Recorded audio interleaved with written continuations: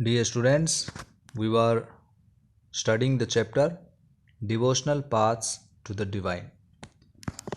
Today we'll discuss about part 3 of this chapter with the topic New Religious Developments in North India. The period after the 13th century saw a new wave of the Bhakti movement in North India. You know what is Bhakti?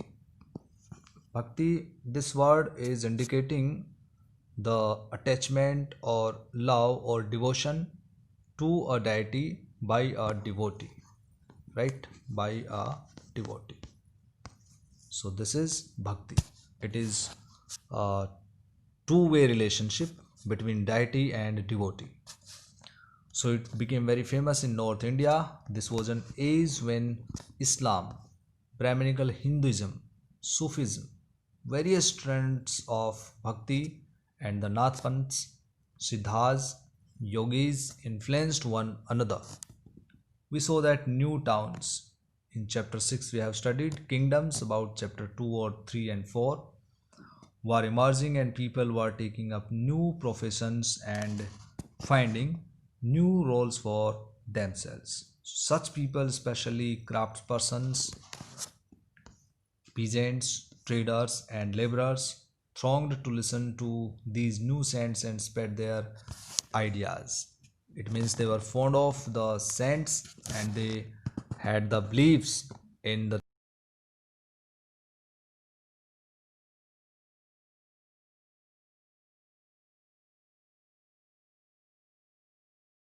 religions. At that time, the religious ideas were followed by the people with the idolatry and various kinds of practices, performances, ritual performances, and other things.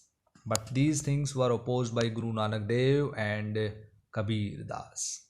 Others like Tulsidas and Surdas accepted existing beliefs and practices but wanted to make these accessible to all. Means Tulsidas and Surdas, they believed in the form of the god. Like Surdas worshipped god Krishna and Tulsidas wrote Ramcharitamānasa, right? And his deity was god Rama. But they wanted to say that these kinds of religions should be accessible to all the people equally. Tulsidas conceived of God in the form of Rama.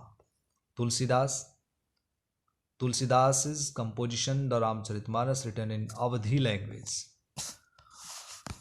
This one, figure 7, Chaitanya Deva, 16th century Bhakti saint from Bengal, praised selfless devotion to Krishna Radha.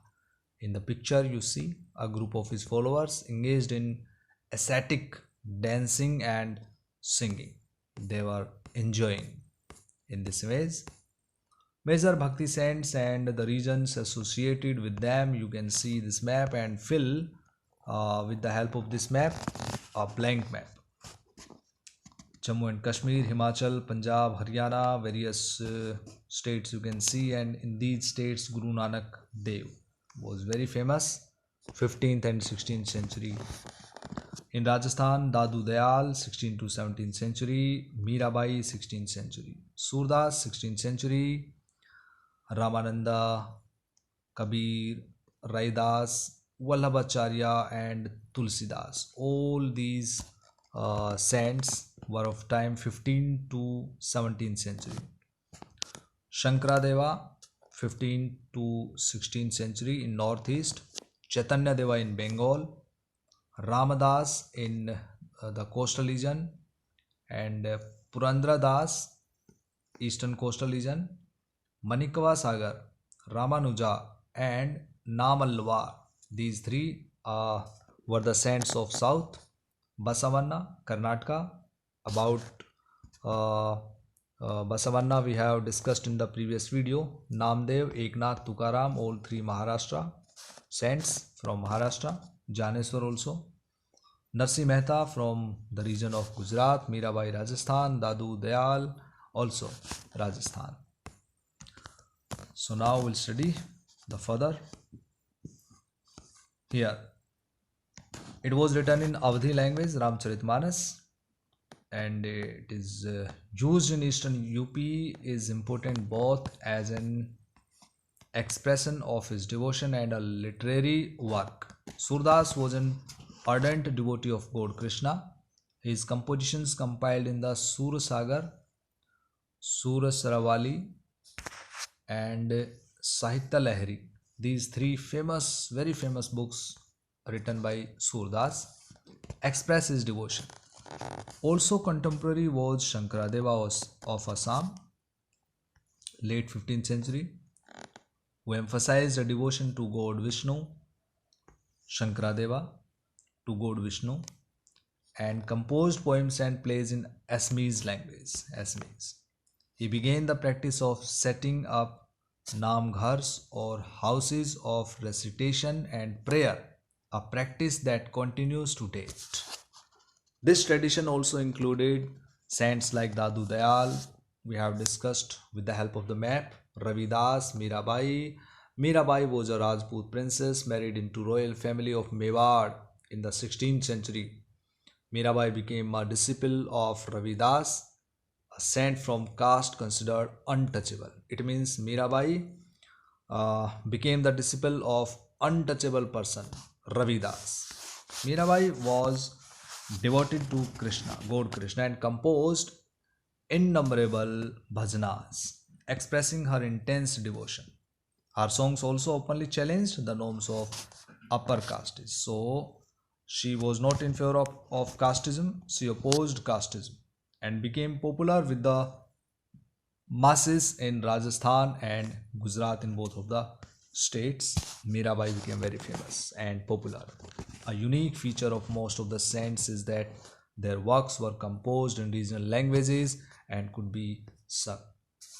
They became immensely popular and were handed down orally from generation to generation. They became very popular. Usually, the poorest, most deprived communities and women transmitted these songs, often adding their own experiences. Thus, the songs as we have them today are as much a creation of the saints as of generations of people who sang them. They have become a part of our living popular culture.